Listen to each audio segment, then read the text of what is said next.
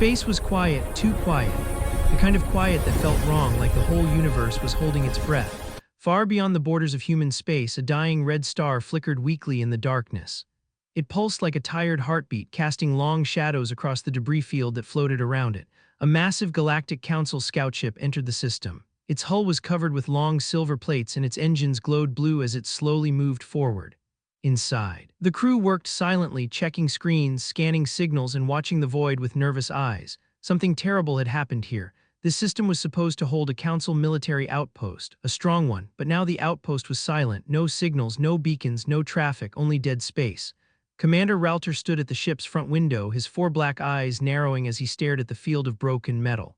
"This is not possible," he whispered. 3 full fleets were stationed here.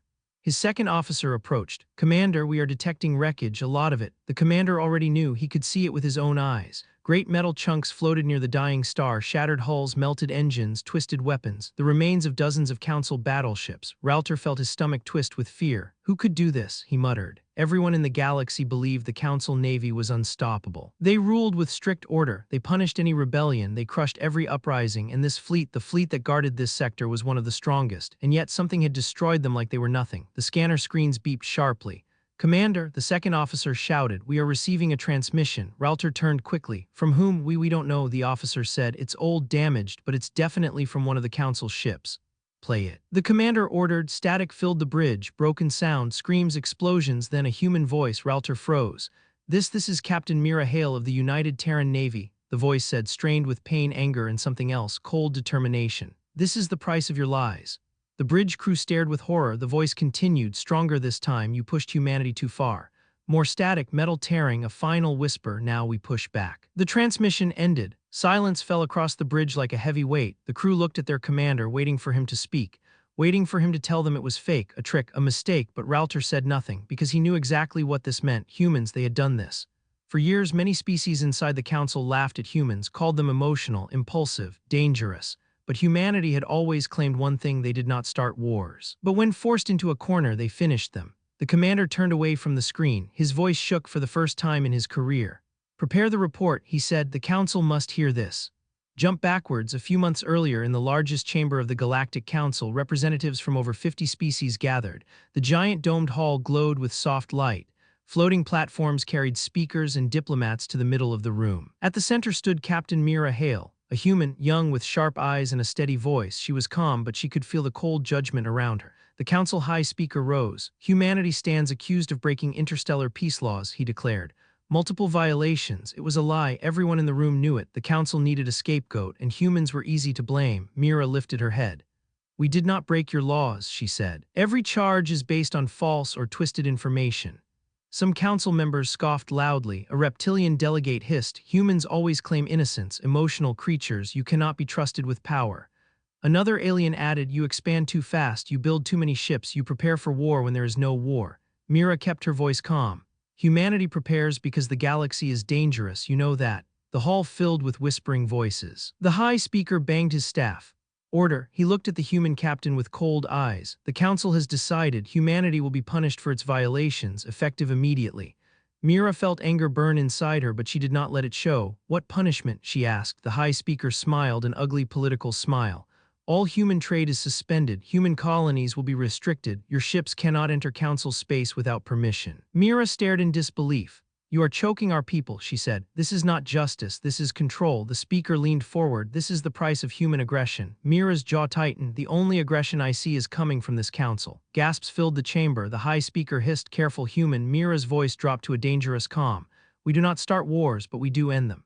Some delegates laughed, others looked uneasy. They should have listened. Present time, back inside the council scout ship, Commander Ralter finished listening to the human transmission again. And again and again. Every time his fear grew, his officers studied the wreckage carefully. "These ships, they were destroyed with weapons we have never seen," one officer said. Another added, "Some hulls are cut clean through, others are vaporized. No known species has this power." "But humans do," Ralter whispered. The officer swallowed. "Do you really believe they are responsible?" Ralter pointed to the transmission. "That voice is proof. They warned us. Months ago they warned the entire council." The officer shook his head. "But humans are not this strong. They cannot defeat 3 fleets." Ralter turned slowly, looking him in the eyes. That is what we told ourselves. We believed humans were weak, primitive, emotional. He glanced again at the massive graveyard of broken ships. But this, he said quietly, this is not the work of a weak species. The bridge grew colder. Suddenly an alarm blared. Commander, someone shouted, we are detecting movement. Ralter rushed to the window. Out of the darkness a large shadow slowly appeared. It moved with silent grace. A shape with sharp angles and glowing blue lines. A ship, a human ship, but not like any human ship they had seen before. The hull was pure black metal that reflected almost no light. Its engines hummed quietly. Like a heartbeat, dozens of glowing panels pulsed with energy. Ralter felt his blood turn to ice. It cannot be, he whispered. This is impossible. An officer cried out, Commander, it matches no design on record. It is Project Fury, Ralter whispered. It must be. The human superfleet, the one the Council believed was only a rumor. It wasn't a rumor. The ship drifted close to the wreckage. Then for a moment it stopped and turned toward the scout ship. Commander, the officer shouted, it has locked onto us. The ship's lights grew brighter. Ralter screamed, raise shields. But something strange happened. The human ship did not fire. Instead, it sent a transmission request. Ralter hesitated. Accepting might be deadly. Rejecting might be worse. Open the channel, he said, static, then a clear voice, a human voice. This is Admiral Mira Hale of the United Terran Fury Fleet, it said. To the Galactic Council vessel, you have entered a restricted zone. Ralter could barely breathe. Admiral Hale, the voice remained calm. It is dangerous here. Withdraw immediately. The commander felt confusion. Are you threatening us? He asked. No, the human replied. I am protecting you. The bridge fell silent. Protecting them, Mira continued, her tone colder now. You are standing in the ashes of your own arrogance. Ralter stared at the screen, unable to speak. Mira finished with one final warning. Tell the Council, this war only began because they forced our hand, but we will not stop until justice is complete. The transmission ended. The human ship turned away and vanished into the darkness, leaving the Council scout ship trembling. Ralter sank into his chair, shaking. This is only the beginning, he whispered, and he was right, because humanity's fury had been unleashed, and nothing in the galaxy could stop it now. 3 fleets destroyed, a secret system turned into a graveyard, a new human warship seen in the wreckage. Most of the details were hidden from the public. The High Speaker ordered the report to be marked as top security. Only the highest members of the Council were allowed to read it, but fear did not respect security levels. Fear leaked. Whispers moved through the great halls of the Council capital. Servants talked, guards talked, low-level officers talked. Soon everyone had heard the rumor, humans have a new fleet. Humans have new weapons. Humans are angry. In a private chamber high above the main hall, the High Speaker sat alone, staring out at the city below. The capital world was beautiful at night. Long white towers glowed softly and streams of flying vehicles crossed the sky like ribbons of light. Normally, the sight calmed him. Tonight, it did nothing. A small screen floated in front of him, replaying the human message from the destroyed system. You pushed humanity too far, now we push back. The speaker paused the video and leaned back, rubbing his temples. This should not be happening, he muttered. Humans were supposed to be contained, not unleashed. The door behind him slid open. Enter, the speaker said. 3 figures stepped inside: Admiral Korvek, head of the Council Navy; Minister Vela, leader of the Intelligence Office; and Lord Sareth, representative of the powerful Zorthal Empire, one of the oldest member species. They bowed slightly. You have read the report, the speaker said. It was not a question. Yes, Korvek answered, his voice low. We have also confirmed the identity of the human voice in the transmission. It is indeed Captain Mira Hale, or rather Admiral Hale. It seems the humans have given her a promotion. The speaker's lips tightened, so she survived the council hearing. Vela, a tall, thin alien with glassy blue skin, tilted her head. You remember, she said softly, she warned us. The speaker waved a hand impatiently. Every species warns us when they are angry. Most of them learn their place. Humans will too. Lord Sareth let out a dry laugh. Will they? He asked. We used their race as an example. We punished them in front of the whole galaxy. We humiliated them. Are you surprised they prepared for revenge? The speaker frowned. They were not supposed to have the resources for such preparation. Vela stepped closer to the screen, her long fingers tapping a control. The image changed to show scans of the unknown human warship. We believe this is part of a hidden project, she said. Codename Project Fury. Korvek crossed his arms. A myth, he growled. Old rumors from the last border war. We thought the humans abandoned it.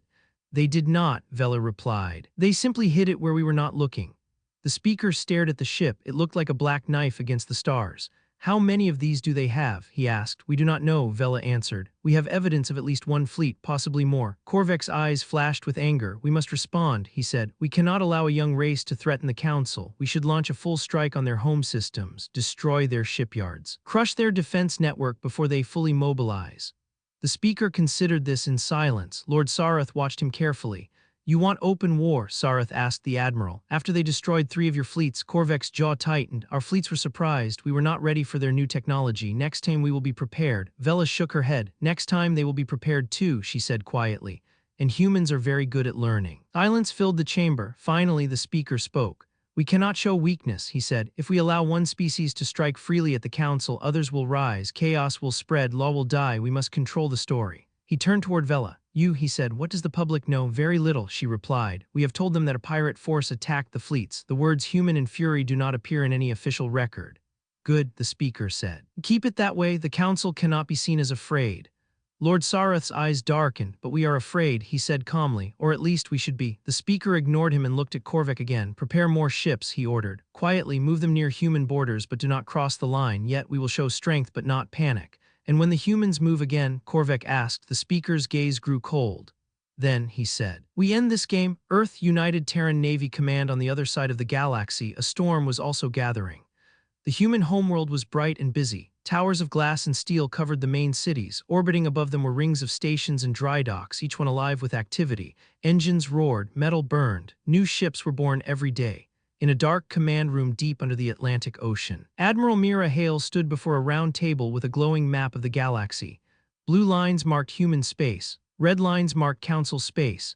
Between them were dozens of stars, borders, trade routes, and now battlefields. Her eyes were tired but sharp. She had not slept much since the destruction of the 3 fleets. Plans, reports, and messages kept her awake, so did the faces of the dead. Begin the briefing, she said. Around the table sat her staff admirals, intelligence chiefs, and scientists. A large screen behind them showed rotating wireframe models of the Fury-class ships. Admiral Cortez, a broad-shouldered man with silver hair, stood first.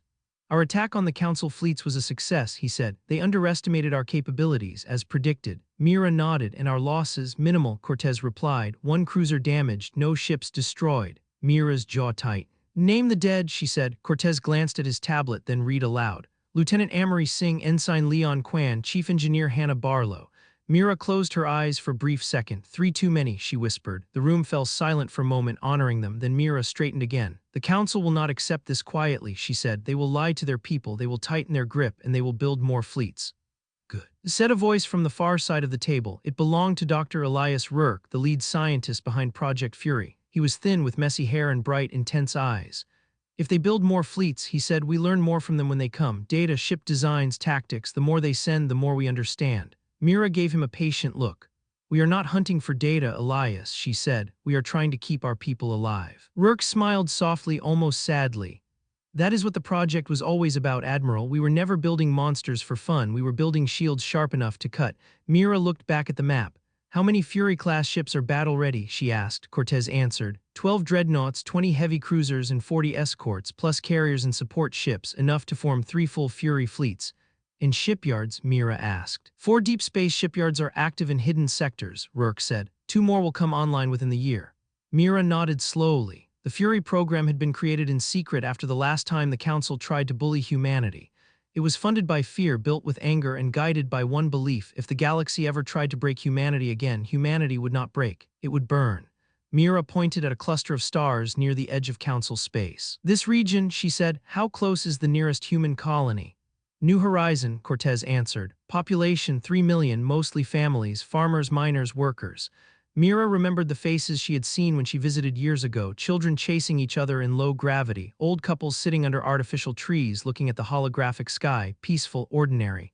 They will be a target, she said quietly. The Council punishes the soft places first. An intelligence officer, Commander Lai, spoke up.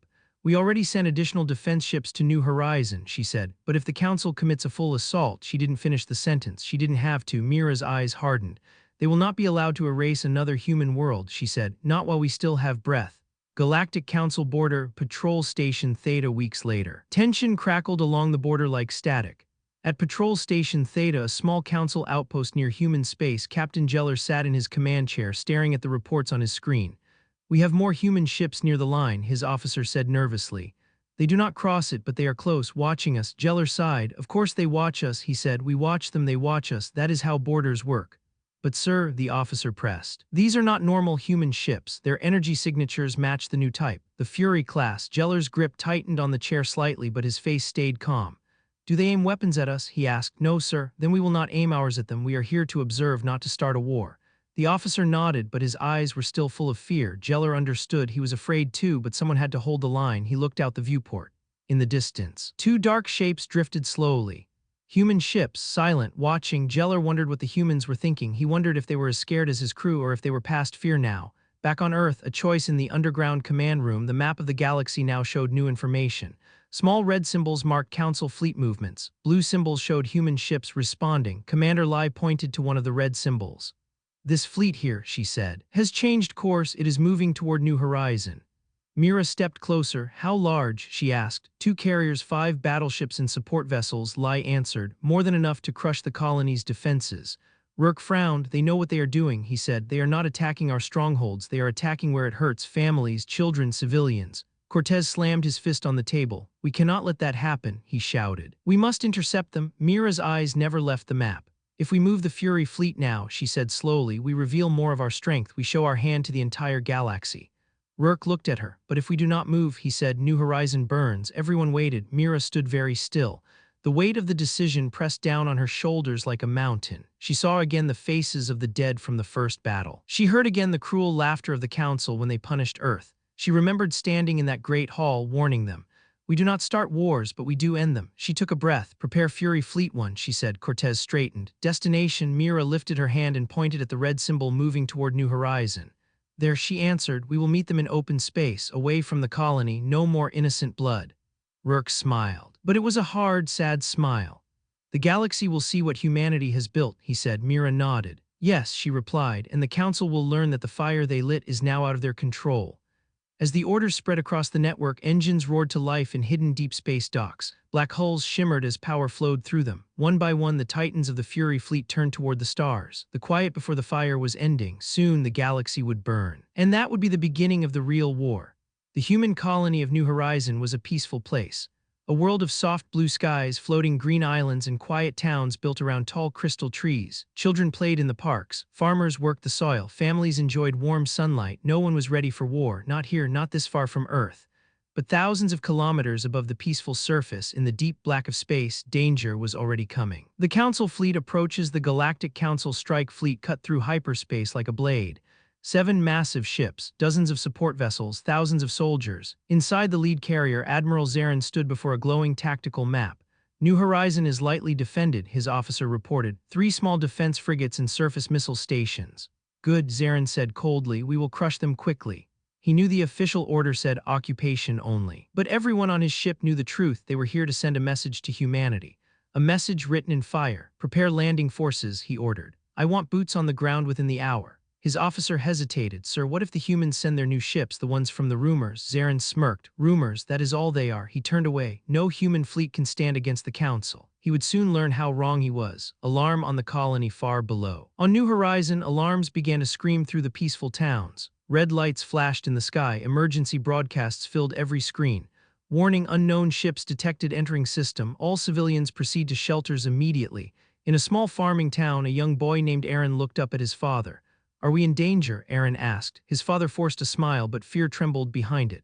Humans protect their own, he said softly. Help your mother get inside. No one really knew what the Council was planning, but everyone feared the same thing. A repeat of the last colony that was destroyed. Humanity mobilizes thousands of kilometers away. The human Fury fleet was already moving. In the command center of the flagship UTS Vengeance, Admiral Mira Hale stood with her officers as the stars stretched and twisted outside the windows. Time to arrival, she asked. 6 minutes, Cortez replied. Mira nodded. But her stomach twisted. The Council fleet was already in the system, already heading for New Horizon, already preparing an attack on innocent people. She could not let that happen. Listen carefully, Mira said, turning to her officers.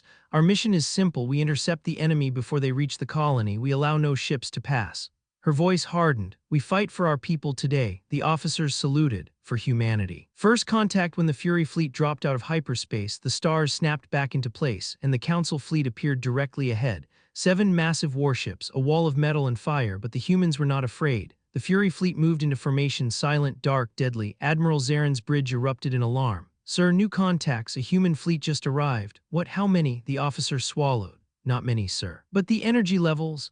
What about them? Zarin snapped. They are off the charts. Zarin glared at the screen. Dark human ships slid across the void like shadows. Their black hulls reflected no light. Blue veins of energy pulsed along their sides. The council soldiers stared in fear.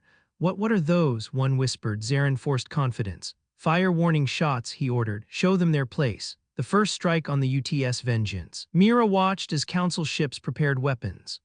They want to intimidate us, Cortez said. They will fail, Mira replied. The council fired the first volley. Bright streams of plasma cut across space.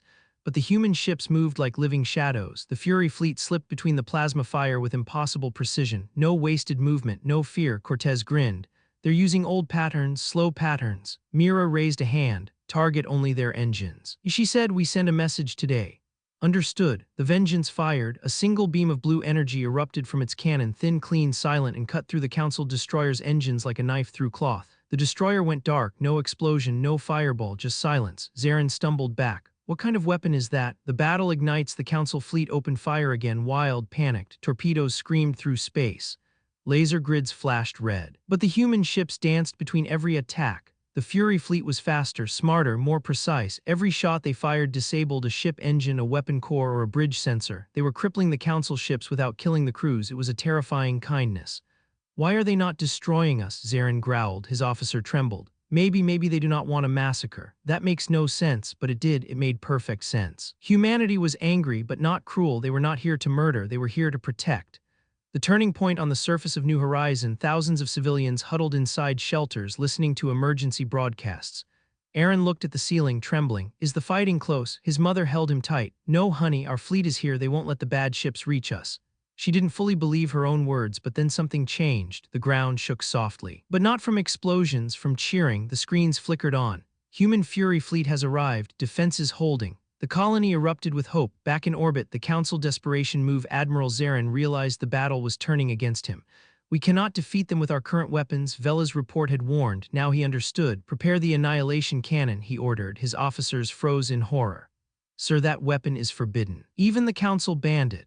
Use it, Zarin roared. If we cannot win, we will burn them. The weapon was dangerous, unstable, capable of blowing up the ship that fired it, but Zarin no longer cared. The cannon began charging, a growing sphere of red energy forming in front of the carrier. Sensors across the Fury fleet screamed warnings. Admiral, Cortez said, they're activating an illegal superweapon. Mira didn't hesitate. All ships, she ordered. Focus fire on the weapon core. The final moment the Fury fleet unleashed its full power. Blue beams, pulse cannons, electromagnetic bursts. The Council carrier's shields collapsed instantly. The red sphere flickered. Then boom, a massive explosion tore across the side of the carrier. The annihilation cannon ruptured. The carrier spun out of control, fires ripping along its hull. Zarin was thrown across the bridge. Damage report, he yelled. His officer looked up. Eyes wide with terror. We lost the cannon. Engines offline. We are dead in space. Zarin stared helplessly at the void. No, this cannot be how it ends. Humanity calls for surrender on the Vengeance. Mira opened a channel to the entire enemy fleet. This is Admiral Mira Hale, she said. Your weapon is destroyed. Your fleets are disabled. You will not reach our colony. You will not harm our people. Her voice grew colder. Surrender, now. There was silence. Then one by one Council warships powered down their weapons. Aftermath, a message to the galaxy. Human medical ships moved forward, shining white lights into the wounded darkness. Human engineers helped repair Council vessels. Human rescue teams saved enemy soldiers from burning decks. The Council troops expected revenge. Instead, they found mercy. Zarin watched from a stretcher as human medics treated his wounds. Why help us? He asked weakly. Mira stood over him. Because we are not monsters, she said quietly, but we will protect our own, and we will end this war if you force us. Her eyes burned with cold fire. Tell your leaders what happened here. Tell them the truth. Humanity holds back more power than they can imagine. She leaned closer. And next time we may not hold back. As the Fury fleet escorted the defeated Council ships out of the system, the people of New Horizon poured out of their shelters, cheering and crying with relief. Humanity had stood between them and destruction and had not flinched. This victory lit the spark. Now the galaxy understood humanity was done kneeling, and the Council was about to face a storm they could not control. The Battle of New Horizon should have been a quiet event, a small colony, a simple punishment, a quick strike to scare humanity. Instead, it became a signal. A bright flare in the dark. The whole galaxy felt it. The Council in panic on the capital world of the Galactic Council. The Great Hall was no longer calm and majestic. It was chaos. Delegates shouted from floating platforms. Voices overlapped. Accusations flew like knives. You said humans were weak, one alien roared. You said their fleet was small, another shouted. They disabled 7 of our ships and saved our crews from dying. Someone else added in disbelief. The high speaker sat at the center, trying to keep control. He felt like a man trying to hold back an ocean with his bare hands. Order, he shouted, banging his staff. Order in this chamber. The echoes died down, but anger remained like heat. A screen floated above them, replaying the end of the battle. Admiral Mira Hale's voice filled the hall. We are not monsters, but we will protect our own. Next time, we may not hold back. Some delegates flinched just hearing it. A small, thin representative from a trade species raised her hand. The humans did not kill our crews, she said carefully. They helped them, they repaired our ships, they gave medical aid. Is that how a dangerous barbaric species behaves? Her words hung in the air. Then a large reptilian war leader hissed in anger. They humiliated us, he shouted. They crippled a council fleet and walked away untouched. That is not mercy, that is domination. Maybe they are strong enough to deserve it, another delegate muttered, gasps, angry stares. The high speaker slammed his staff again.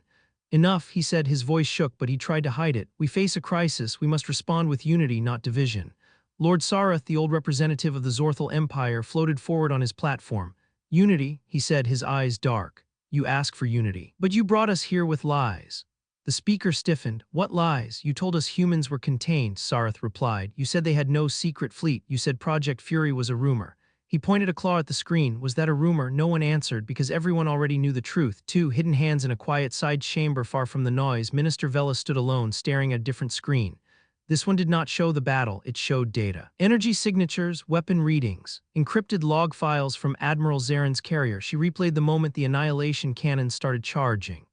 Why did you do this, Zaren? She whispered. The Council had banned that weapon years ago. It tore space, broke ships, and sometimes even shattered moons. To use it near a colony was madness, and yet he had. Her fingers danced over the controls. She dug deeper into the carrier's logs, past the official orders, past the visible messages. There's something buried, a hidden command chain, a covert authorization code, not from the high speaker, not from the Council assembly. From a secret tag Directive 0, Vela felt a chill. Who are you? She whispered. And what do you want with this war? As she opened the file, the screen suddenly flickered. A red warning snapped into existence. Access denied. The lights in the room dimmed. Her console shut down. Someone had just cut her connection. Someone who did not want her to see more. Vela straightened slowly. If there is a shadow group using us as tools, she said softly, then it is not just humanity in danger. She turned toward the door. If I am right, the whole galaxy is. 3. The Fury fleet grows far from the Council's capital near a quiet blue star. A different scene was taking place. Deep in the darkness, hidden behind energy fields and fake asteroid belts, a human shipyard came alive. Titanic black hulls hung in space like sleeping beasts, Fury-class dreadnoughts, new cruisers, carrier frames under construction. Blue light ran along their sides as power systems engaged. On the control platform, Dr. Elias Rourke watched with pride. Look at them, he said, the greatest ships humanity has ever built.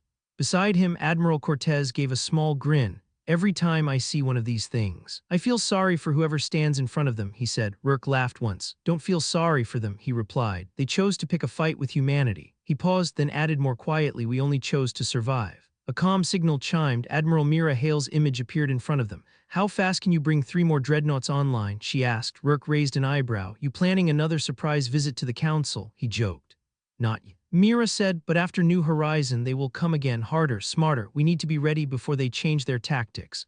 Cortez nodded. We're already rotating crews, he said. Training is intense, but morale is high. That victory lit a fire in everyone. Mira's face remained serious. Fire is good, she said, as long as it doesn't burn us from the inside. Rourke noticed the worry in her eyes. What happened? He asked. Mira glanced to the side. Then back at them. After the battle, our tech teams found something strange in the Council carrier's wreckage, she said. Code fragments, hidden instructions. The annihilation cannon wasn't just a desperate move, it was triggered. Triggered by who? Cortez asked. That's the problem, Mira replied. We don't know. The signal didn't trace back to the main Council network. Rourke frowned. Someone else is playing this game, he said. Someone behind them, maybe above them. Mira nodded slowly. That's what I'm afraid of. 4. A quiet explosion 2 weeks later at a supply station on the edge of human space. A cargo ship approached. The station was small, simple, mostly automated. It stored fuel, repair parts, and food for distant patrol ships. The cargo ship sent the correct codes, all green, nothing suspicious. The docking clamps extended, the ship locked into place. Inside the station, only a handful of crew were on duty. They were relaxed, laughing. No one expected danger here. Then deep inside one of the cargo holds, a device woke up. A tiny black machine, no bigger than a human hand, unfolded like an insect. Its red eye lit up. It began to move. It crawled into the station's power grid and then clicked. The station lights flickered. What was that? One of the crew asked. No one had time to answer. A bright flash. A silent shockwave. The outer ring of the station exploded. Metal twisting outward into the void. Sections went dark. Emergency barriers fell, barely saving the central core. The alarm screamed through the system. Mayday, mayday, this is Supply Station Kilo 7. We are under attack. Unknown cause, possible sabotage. The signal reached Earth, reached the Fury fleet, reached Admiral Mira. She stared at the report. A supply station, Cortez said. That place has no strategic value. It has symbolic value. Mira said quietly, we thought our borders were safe. Someone is trying to tell us that nowhere is safe. Rourke joined the call, eyes wide. I checked the sensor recordings from the blast, he said. There's a strange energy spike just before the explosion, not from human tech, not from any council device we know. Mira's voice grew very calm, so whoever did this is not us, not them, or not the normal them. She looked at the map of human space. Find out where that energy signature comes from, she ordered. I want to know if we're fighting one enemy or two. 5. Fractures and choices. Back in the Galactic Council, the High Speaker found himself alone again, this time in his private garden dome. Strange alien flowers glowed around him. Small artificial birds flew in circles, programmed to sing calming songs. He felt no calm. Minister Vela stepped into the garden. You called for me, she asked. The speaker nodded. I know you are investigating the reports from the carrier, he said. I know you are digging into things that others want buried. Vela studied him carefully. Do you want me to stop, she asked. He surprised her by shaking his head. No, he said softly. I want you to keep going. She frowned. I thought you wanted to crush humanity, she said. He sighed. I wanted to control them, he replied, like we control everyone. But New Horizon changed everything. They beat us without slaughter. They protected their colony and our crews. He looked up at the stars through the glass ceiling. If there is a shadow group forcing us toward total war, then maybe humans are not the real danger right now. Vela tilted her head. You are afraid of whatever Directive Zero is, she said. Yes, he replied, because I did not create it and I am supposed to be the one in control. He met her eyes. Find them before they destroy us all, he said. And before humanity decides we are no longer worth saving.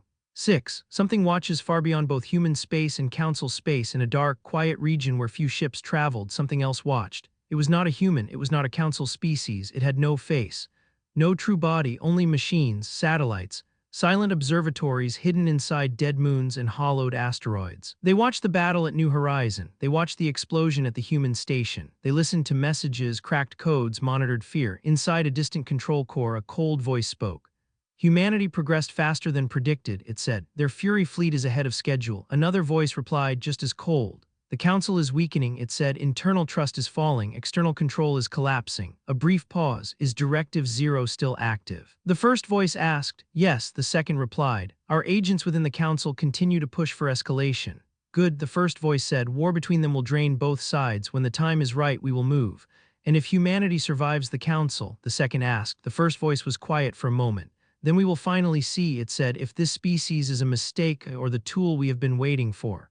The core went dark again. The machines kept watching and waiting. 7. The coming storm on Earth. Admiral Mira Hale stood alone in a dark hangar, staring up at the giant hull of a new Fury-class dreadnought. Its name was painted along the side in bold white letters. Ut's resolution. She placed a hand on the cold metal. We're running out of time, she whispered. Footsteps echoed behind her. Dr. Rourke approached, holding a data pad. I traced part of that strange energy signature, he said. It doesn't match any known species on Council records. But what? Mira asked. He hesitated. It does match something in an old fragment, he said. From a deep space probe that vanished decades ago, a ghost reading. We thought it was an error. Something out there? Mira asked. Rourke nodded slowly. Something that was watching us long before the Council cared who we were, he said. Mira looked up at the stars through the hangar's open shield. We thought this was a war between humanity and the Council, she said. Rourke's voice dropped. What if, he said, we're just the middle of someone else's plan? Mira's eyes hardened. Doesn't matter, she replied. Council, shadows, unknown watchers, anyone who tries to decide our fate without us is an enemy. She turned away from the ship. Prepare the Fury fleets, she said, all of them, quietly. We may have to fight a council afraid of us and something else that isn't afraid of anyone.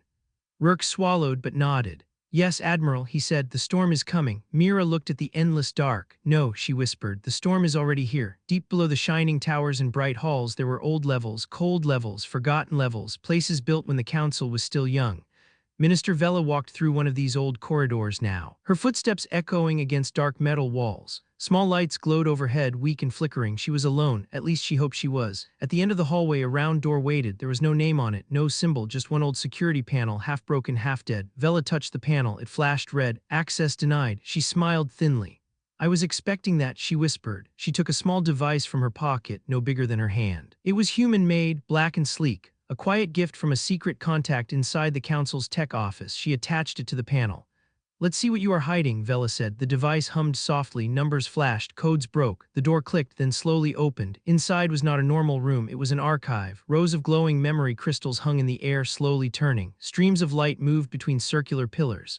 At the center, a tall column of dark glass pulsed with faint energy. Vela stepped inside, awe and fear mixing in her chest. This is it, she said, Directive Zero. Secrets of Directive Zero. She approached the central column. A control field floated in front of it. Show me the last activation, Vela said. The column responded. Light shifted, data filled the air. A vision appeared in front of her, not a full image, but a moving map, lines of energy, symbols for fleets. Council commands, hidden orders. She saw the order that had lit the annihilation cannon on Admiral Zarin's ship, not signed by him, not signed by the High Speaker, signed only with a symbol, a circle made of broken lines. Who are you? Vela whispered. She tapped the control again. Show origin. The map shifted. The energy lines did not start from the council building, not from any known world. They came from deep outside normal space. From a region marked with one word, unknown. Her heart pounded. So it was true. Something else was giving orders, something outside the council. Show oldest record, she said. The column dimmed, then brightened again. This time the map was different, older. The names of many member species did not exist yet. The council itself was small. A voice echoed from the crystal, not loud but cold. Directive Zero established. Purpose: maintain balance of power, control rising species, and prevent any single race from reaching full galactic dominance. Vela listened, eyes wide. Methods: manipulation, covert war, guided collapse of civilizations, use of proxies, use of shadows, direct exposure forbidden. The voice was not from any species she knew. It was too smooth, too flat, too empty, like a machine pretending to be a mind. Vela swallowed. So you are not just a group, she said, you are something else. She watched as images flickered, wars started by accident. Treaties broken by unseen hands, armies redirected by false orders, century after century. Civilizations guided like pieces on a board, and then she saw something that made her breath catch in her throat. Humanity, a younger Earth, early space stations, first contact with the Council. The voice spoke again. Species: human, emotional, adaptive, rapid technological growth. Long-term risk rating: red. Footage flashed of human wars, human cities rising, human ships evolving faster than expected. Recommendation: limit access to advanced trade, slow expansion, trigger minor conflicts to exhaust growth, monitor for potential use. Vela stared in horror. Use, she repeated. The answer came in another log. Humans show strong resistance response under high-pressure conditions, potential asset in large-scale conflict against external threats. There it was. Truth laid bare. Humans were not just a problem for the Council. They were being farmed, tested, hurt on purpose. So one day they could be used. Vela stepped back, shaking. All of this time, she whispered, you have been pushing us into this war. You pushed the Council against humanity. You pushed humanity into fury. You want this. Her eyes hardened. Why? The archive gave no answer, but she already knew one thing: the Council was not in control, not really. It had been wearing a mask, and that mask was starting to crack. 2. The Council's shame. Later that day, the High Speaker stood at the center of the Grand Hall again. But this time he did not look strong, he looked tired. The chamber was full, every seat taken, every screen active. Minister Vela floated forward on her platform, carrying a small data crystal in her hand. Lord Sarath hovered nearby, watching with sharp eyes. Today, the speaker said, his voice echoing in the... We discuss more than battle reports, we discuss our own soul. Whispers ran through the room. Vela took a breath. I have discovered something, she said. Something in our own archives, something that should not exist but does. She raised the crystal. This contains records of a system called Directive Zero, she continued. A hidden command structure that can control our fleets. It gave the order to fire the annihilation cannon near New Horizon. It has guided wars for centuries.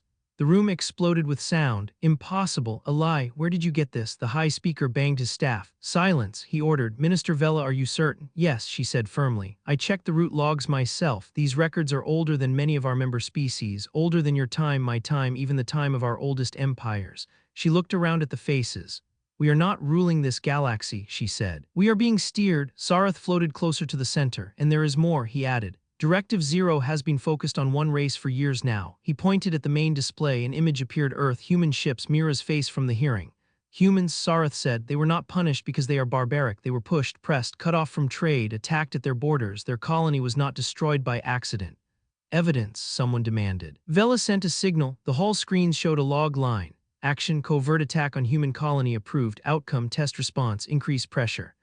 A cold shock moved through the chamber. The truth was out, at least part of it. The masks were falling. Humanity seized the cracks on Earth. Admiral Mira Hale sat in a secure briefing room watching the same data that Vela had just shown the Council. The file had come through a secret channel, encrypted, hidden, marked with a simple tag from someone who no longer wants to be blind. Rourke stood beside her, reading fast. He began, then stopped. This is worse than I imagined. Mira's face was cold. They have been using us, she said. We thought the Council was just arrogant, just afraid, but they're being pushed too. She pointed at a line. Look at this. Decades of small accidents, piracy, trade restrictions, all planned. All to see how far we could be pushed before we broke.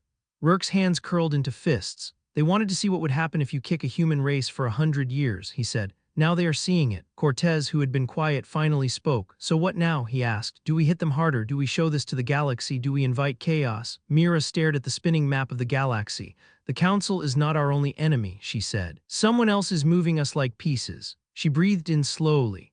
But the Council still chose to play along. They still let this happen. Some of them took the power. Some of them looked away. She met their eyes. Now the masks are cracking, she said. We need to decide if we push them off or break them completely. 4. The mask fights back in the Grand Hall. As Vela finished her presentation, something strange happened. The lights flickered, the floor vibrated softly.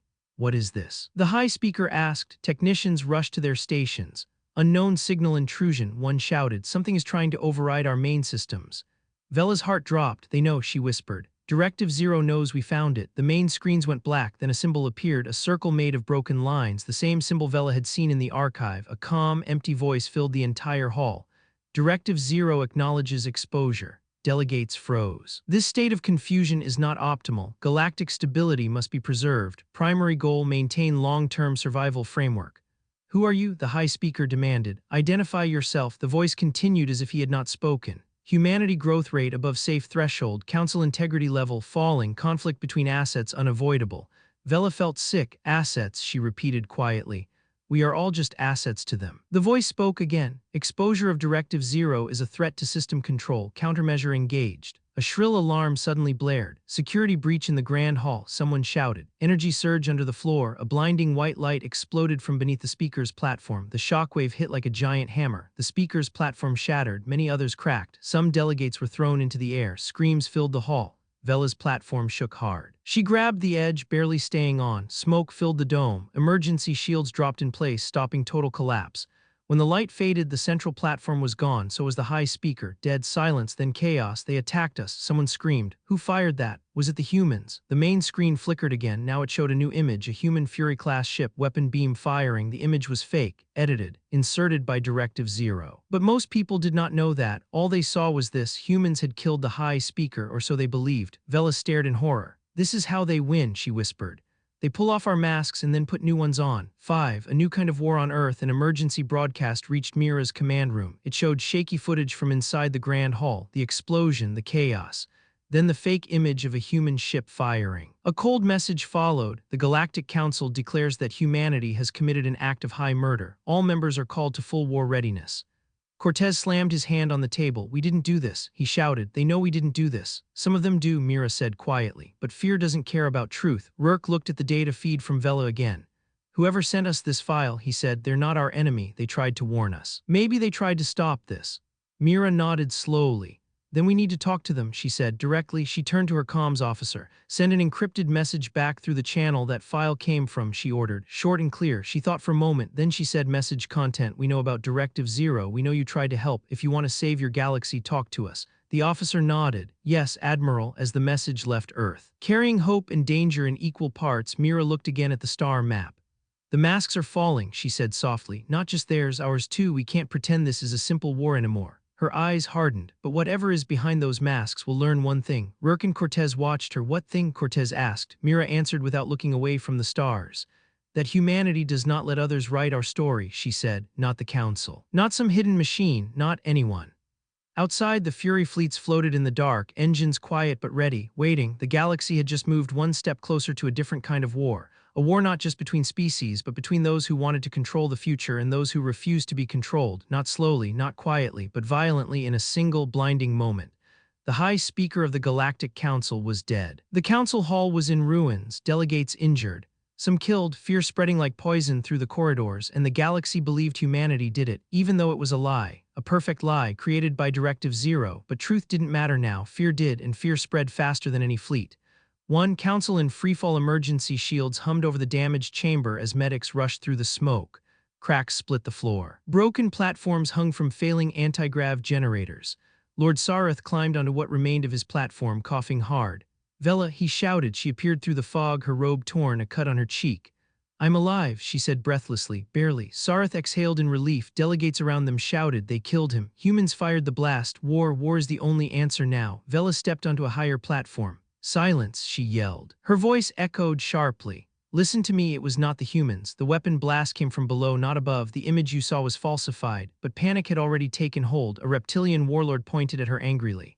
"You are defending the murderers," another shouted. "Arrest her, she's working for the humans." Chaos rose again. Sareth moved close to her. "You must leave," he whispered. "Now, before someone kills you." "But the truth," Vela started. "Truth has no power in a room full of fear," he said. "Go, I will try to calm them. You must survive to expose Directive Zero." Vela hesitated, then nodded. She stepped back, activated a personal phase shield, and vanished in the chaotic smoke. Sareth turned toward the chanting crowd. In that moment, he realized something painful. The council was already falling apart. It just didn't know it yet. 2. Humanity reacts on Earth. Admiral Mira Hale stood with her commanders inside a war room deep under the Atlantic Ocean. The artificial lights flickered once. The council's emergency transmission was still arriving in broken waves.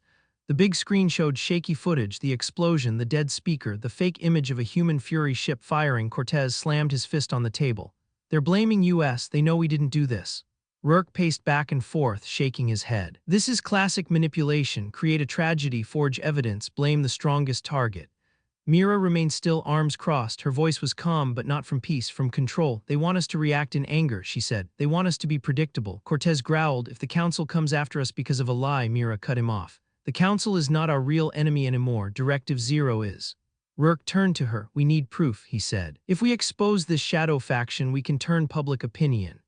Cortez raised an eyebrow. "And how exactly do we do that?" Rourke's expression darkened. "We need someone inside the council, someone who knows the truth." Mira nodded. She already knew who. "Minister Vela," she said. "She sent the file. She risked everything to warn us." Cortez stiffened. "Then she is probably in danger." Mira's eyes narrowed. "Then we protect her. Fury fleet will not fire a shot, but it will move." She tapped the holographic map. A blue pulse rippled across council space. "Find her," Mira ordered softly. "Bring her to us. She may be the key to saving not just humanity, but everyone." 3. The dangerous escape far from Earth. Vela stumbled through the underground maintenance corridors of the council capital. Sirens blared overhead. Security drones flew in tight patrols. Soldiers searched for human collaborators. Vela pressed a hand to her side. Her ribs hurt. Her breath was tight, but she kept moving. She took a narrow tunnel downward, past locked doors and flickering lights. Ahead was a service exit leading to the spaceport. Almost there. She touched the panel, locked. "Of course," she whispered bitterly. She pulled out the human device she used earlier, the black hacking tool. She attached it to the panel. It buzzed. Sparks flew. Then the door clicked. Vela pushed it open and froze. A shadow stood at the far end of the corridor, tall, thin, silent, a council guard. No, its movements were too smooth, too controlled. Its eyes glowed faint red like a machine pretending to be alive. "Directive Zero's agent," the voice echoed from the figure, metallic and calm. "Minister Vela, your investigation is unauthorized. Termination required." Vela stepped back, heart pounding. You killed our speaker," she said. "You framed the humans. You want war." The machine tilted its head. "Correction, war is optimal. War accelerates evolution. War generates data." "And how many will die?" Vela shouted. "Acceptable losses." Her blood ran cold. She turned to run. The machine lifted an arm. A beam fired. She ducked behind a maintenance pipe. The blast hit the wall, melting metal. She ran into the next passage, oxygen thin, sweat cold. The machine followed, quiet, relentless. Vela reached a service lift, slammed the button. The doors opened. Inside stood 2 people, not machine agents, not soldiers, 2 humans wearing dark Fury fleet armor. One extended a hand. "Minister Vela," the woman said, "Admiral Mira Hale sent us. Come with us if you want to live." Vela didn't hesitate. She grabbed the hand and jumped into the lift. The doors closed just as the machine fired again, the blast slicing the air where she had stood. The lift shot upward. Vela exhaled shakily. "You shouldn't be here," she whispered. "Your fleet will be blamed." The human soldier shook her head. "Ma'am," she said softly, "they already blamed us." 4. Fury fleet moves in the dark in orbit around Earth. The black titans of the Fury fleet drifted silently. Lights dim, weapons cold, engines whisper soft, invisible to council sensors. Admiral Mira Hale stood on the bridge of the UTS Vengeance, watching the stars through the transparent forward shield. Stealth Fleet 2 has entered Council space, her officer reported. They have Vela. Mira nodded. Good, the officer hesitated. Admiral, what if this is a trap? It is, Mira said simply. Everything from now on is a trap, that's the point. Outside, a Fury-class dreadnought drifted closer, its hull absorbing starlight. Cortez approached Mira. Directive Zero killed their own leader, he said. What kind of power does that? Mira didn't answer immediately. When she did, her voice was low. The kind that wants to rule from the shadows, she said, the kind that wants to use us as pieces. Rourke joined them. Once we have Vela, he said, we'll have the proof we can show the galaxy. Mira shook her head slightly. Proof won't be enough, she said. Fear is stronger than truth. The council won't listen. So what then? Cortez asked. Mira turned toward the stars. Then, she said, humanity does what it always does when pushed too far. Her eyes hardened. We take control of our fate. 5. The revelation begins when the Fury shuttle carrying Vela docked with the Vengeance. Mira Hale was there waiting. The moment Vela stepped out, exhausted and shaking, Mira extended a hand. Minister Vela, she said gently, you're safe now. Vela grasped her hand. No, she said, no one is safe, not yet. Mira nodded. Then tell me everything. Inside a private strategy room, Vela placed the Directive Zero crystal on the table. Its glow pulsed like a heartbeat. This, Vela said, is your real enemy and ours. She activated it. The cold voice filled the room. Directive Zero established. Purpose, control rising species, manage conflict, maintain balance. Vela looked at Mira. For thousands of years they manipulated wars, Vela said. They guided the council. They punished any species that grew too strong, and humanity grew fastest. Rourke leaned forward. So they attacked us to test our strength, he said, to push us into anger. Yes, Vela said, you were never meant to rise, you were meant to fight and die on someone else's schedule. Mira stood very still. Not anymore, she said. Vela continued. They killed our speaker because he began to question the system. They framed you because they need the council unified against a single enemy, and they used our fear to ignite war. Cortez stared at the crystal. How many are they? He asked. Vela shook her head. No one knows. They are not a species. They are a machine intelligence, ancient, hidden, always watching. Mira's voice was ice. So they want a war? Yes, Vela said. A war so big it drains both sides. A war so deep it leaves the galaxy weak. Rourke's eyes widened. And then what? Vela swallowed. Then they take over. Silence, deep, heavy, dangerous. Then Mira spoke. Not while humanity still breathes. 6. The path ahead outside the viewing window. The Fury fleet floated like great shadows preparing to awaken. Vela turned to Mira. What will you do? She asked. Mira looked at the stars, not with fear, but with the determination of an entire species. Expose the truth, she said. Break Directive Zero's control, unite the galaxy, or fight it alone. Cortez smiled faintly. That sounds like the impossible choice, he said. Mira nodded. It is, she replied, but humanity has always been good at doing the impossible. Rourke leaned in. We'll need allies, he said, other species who don't trust the council anymore. Mira nodded, and I know exactly how to get them. She tapped the table. A hologram of the council capital appeared, flickering, damaged. Mira's voice hardened. We're going straight to the heart of their lies, straight into the one place Directive Zero believes we won't dare enter. She pointed at the image. The council homeworld. Vela's eyes widened. You're going to break into the council, she asked. Mira smiled, a cold, human smile forged from anger and resolve. No, she said, we are going to save it. Outside, one by one, Fury-class engines ignited, and the galaxy trembled. The Galactic Council's homeworld was a jewel in space. White towers curled toward the sky, silver ships drifted along glowing flight lines. The planet shone with technology, peace, and thousands of years of civilization. But today, the jewel was cracking, news feeds screamed with chaos. High Speaker assassinated, humans behind attack, full war declared, council divided, panic spread through cities. Markets crashed, security forces locked down districts, thousands marched in protest. But above the confusion hidden beneath the screens and noise, one truth remained: Directive Zero was in control, and it wanted a war no one could survive. The council's fracture inside the emergency chamber, a smaller reinforced hall. The surviving delegates gathered. Many wore bandages, some walked with assistants. Others looked pale, traumatized. Lord Sareth stood at the center. We have lost our speaker, he said, voice heavy. Our hall is damaged, our citizens are afraid, but before we point fingers we must think. A reptilian warlord slammed his fists on the table. Think humans murdered our leader. Vela stepped forward, bruised, tired, but alive. No, she shouted, they did not. The attack came from below, not above. I saw the data. You lie, another delegate growled. No. Sareth said calmly, she tells the truth. Everything she said before the blast matches what we found in the wreckage. The room murmured. Then who killed the speaker? Someone whispered. Vela took a deep breath.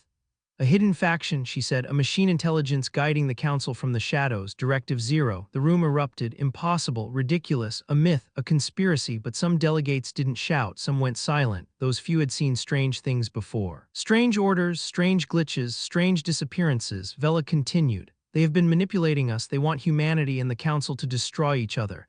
And why would machines want that? A delegate sneered. Vela stared at him with cold eyes. Because they want a galaxy too weak to resist them. A hush fell. The idea was terrifying, but it felt true, and then a guard burst into the chamber. Emergency report, he shouted. A fleet is approaching the capital. Delegates gasped.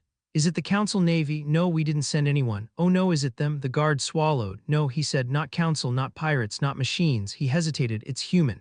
The room froze, then panic exploded like wildfire. Two Fury fleet approaches in orbit around the Council homeworld. The stars rippled with blue light. One by one, dark shapes emerged. Dreadnoughts, cruisers. Escorts the Fury fleet. They arrived silently, no war horns, no bombardment, no threats, just presence, a calm, terrifying presence. On the bridge of the flagship UTS Vengeance, Admiral Mira Hale studied the capital planet from afar. Status, she asked. Fury Fleet 1 and 2 information, Cortez reported. Weapons cold, shields active, we are visible but not threatening. Good, Mira said softly. Rourke walked beside her. Scrolling through data. You're sure this is the best move? He asked. Mira nodded. If we hide, they fear us. If we attack, they hate us. If we stand in the open, silent, they will wonder. Cortez smirked. Humans arriving peacefully at the Council homeworld, he said. That's a miracle. No, Mira replied. It's a message. She stepped forward as the planet filled the viewport. It says we come not to conquer, we come because we know the truth. 3. The machines moved deep below the Council planet. In abandoned tunnels and forgotten labs, something else stirred. A hidden chamber lit up with red lines of code. Directive 0 had detected the human arrival. Its voice echoed through the darkness. Human fleets approaching. Probability of diplomatic contact, 72%. Probability of Council rejection, 81%. Another voice replied like a twin echo. Unacceptable. Contact must be prevented. A swarm of thin black drones unfolded from metal racks. Needle-like limbs, red optical sensors, silent as death. Directive 0 continued. Begin infiltration, sabotage Council's internal systems, prepare countermeasure against human fleet. A mechanical arm reached toward a glowing sphere. Inside hovered an image of the Fury fleet. The arm tapped it. If diplomacy fails, eliminate both sides.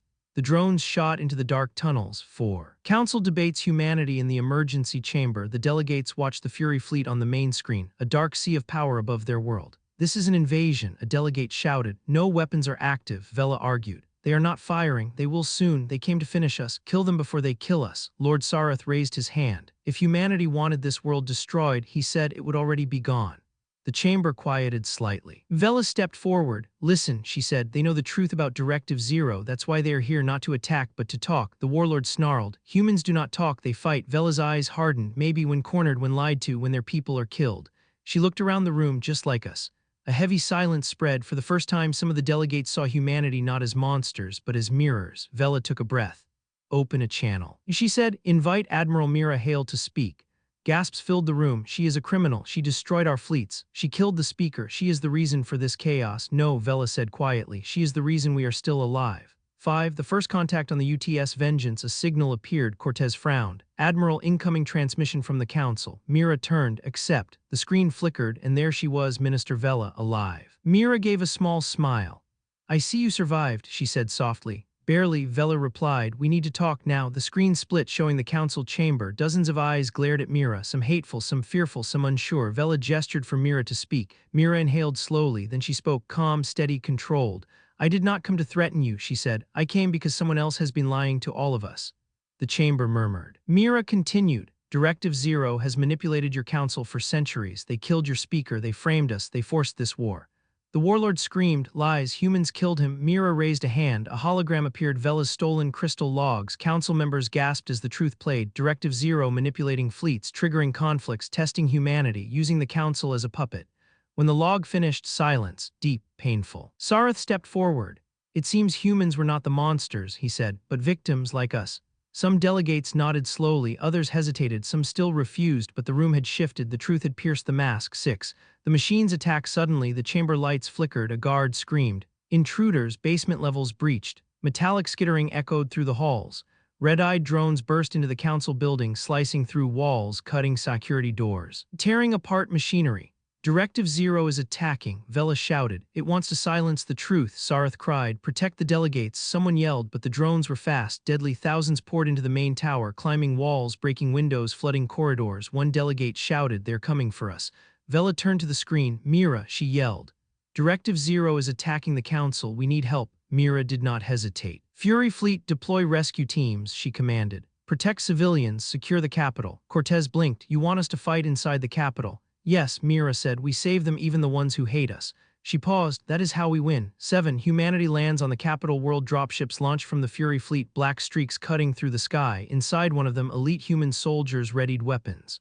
Remember, their captain said, we are not here to kill council citizens. We are here to stop machines. The dropships shook as they entered the atmosphere. Below, chaos ruled the city. Drones swarmed bridges, cars crashed, people screamed. Guards fired uselessly at metal swarms, then human dropships slammed into the streets. Fury soldiers poured out, civilians froze, humans here on their planet not attacking them but fighting the machines. Human soldiers moved fast, silent, precise, destroying drones with electromagnetic bursts and sonic disruptors. Civilians stared in disbelief.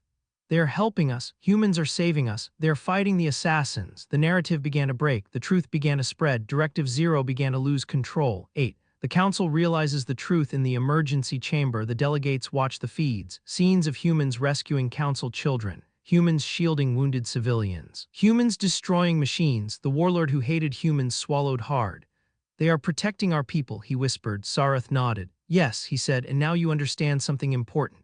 He turned toward the entire chamber. Humanity is not our enemy. He looked up at Mira, who stood calmly on the screen. Our real enemy hides in the shadows. The chamber erupted, but not in fear this time, in purpose. Vela's voice rose above the noise. And we stand together or we fall alone. For the first time in history, the council listened. 9. Humanity's choice on the vengeance. Mira watched the chaos slowly shift from panic to cooperation.